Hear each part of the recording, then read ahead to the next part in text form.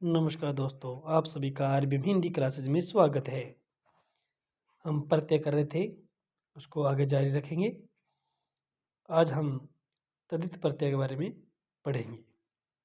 शुरू करते हैं। ऐसा प्रत्यय है जो संज्ञा, सर्वनाम, विशेषण, अव्यय के अंत में जुड़ता है और तद्धित प्रत्यय कहलाता है। और तद्धित प्रत्यय के जुड़ने से जो नया शब्द बनता है उसे तद्धितांत शब्द कहते हैं। जैसे गरीबी, बुढ़ापा, सुंदरता, एकता, तेजी, अमीरी, अहंकार आदि। तद्धित प्रत्यय के 6 उपभेद होते हैं, उनको हम देखेंगे। पहला है कृतवाचक तद्धित प्रत्यय। ऐसा शब्द जिसमें तद्धित प्रत्यय हो और कर्ता कारक भी हो, उसे हम कृतवाचक तद्धित प्रत्यय कहते हैं। जैसे सपेरा बीन बजा रहा था। इसमें सपेरा में कौन सा प्रत्यय है? तो इसमें कौन सा प्रत्यय है? कृतवाचक तद्धित प्रत्यय है। इसमें सांप मूल शब्द है और एरा प्रत्यय लगा हुआ है। नेक्स्ट है लखेरा चूड़ियाँ बनाता है। इसमें लाख तो मूल शब्द है और एरा प्रत्यय है। तेली तेल निकाल रहा था, तो तेली के अंदर क्या है? तेल मूल शब्द है और ई प्रत्यय है। नेक्स्ट है भाववाचक तद्धित प्रत्यय। जब तद्धित प्रत्यय के योग से भाववाचक संज्ञा का निर्माण हो तो वह प्रत्यय भाववाचक तद्धित प्रत्यय कहलाता है। जैसे बुराई, भलाई, बुढ़ापा, सुंदरता और बचपन। अब बचपन के अंदर क्या है? बच्चा प्लस पन इसमें क्या है? प्रत्यय है। ऐसे ही एकता में एक प्लस ता, तो एक इसका मूल शब्द हो गया और ता प्रत्यय होता है। इसी प्रकार सुंदरता में सुंदर जोड़ ता इसके अंदर क्या होगा? प्रत्यय होगा। सुंदर मूल शब्द है और सुंदरता भाववाचक संज्ञा है। नेक्स्ट है संबंधवाचक तद्धित प्रत्यय। ऐसा तद्धित प्रत्यय जो अपने मूल शब्द से संबंधित होने का अर्थ प्रकट करता हो। जैसे चचेरा से चाचा इसके अंदर मूल शब्द है, एरा इसके अंदर प्रत्यय होगा।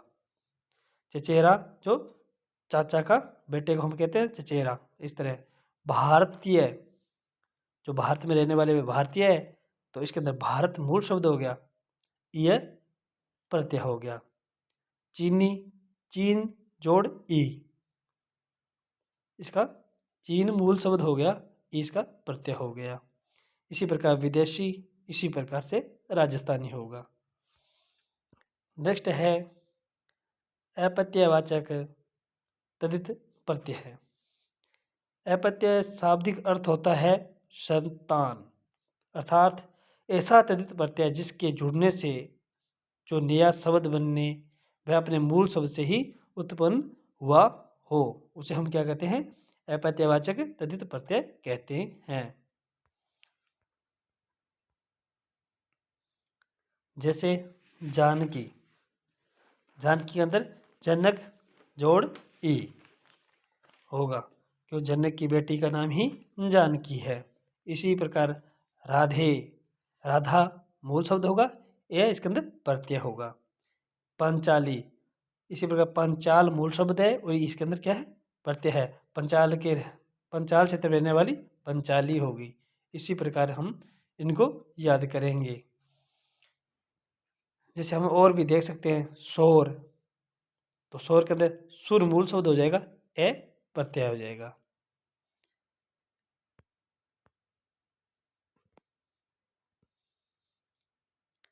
नेक्स्ट है उंतावाचक तद्धित प्रत्यय। ऐसा तद्धित प्रत्यय है जिसके जुड़ने से मूल शब्द अपने लघु रूप में आ जाता है, उसे हम क्या कहते हैं? उंतावाचक तद्धित प्रत्यय कहते हैं। जैसे पहाड़ में मूल शब्द होता है, तो पहाड़ से क्या होगा? पहाड़ी।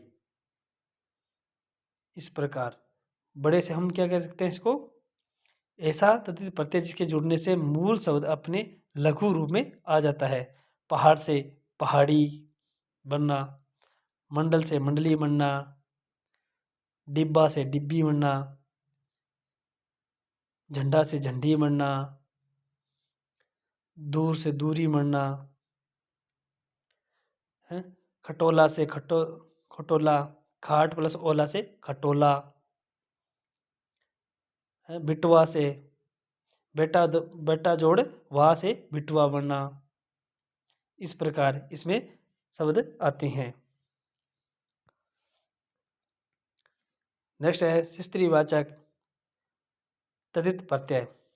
ऐसा तद्धित प्रत्यय जो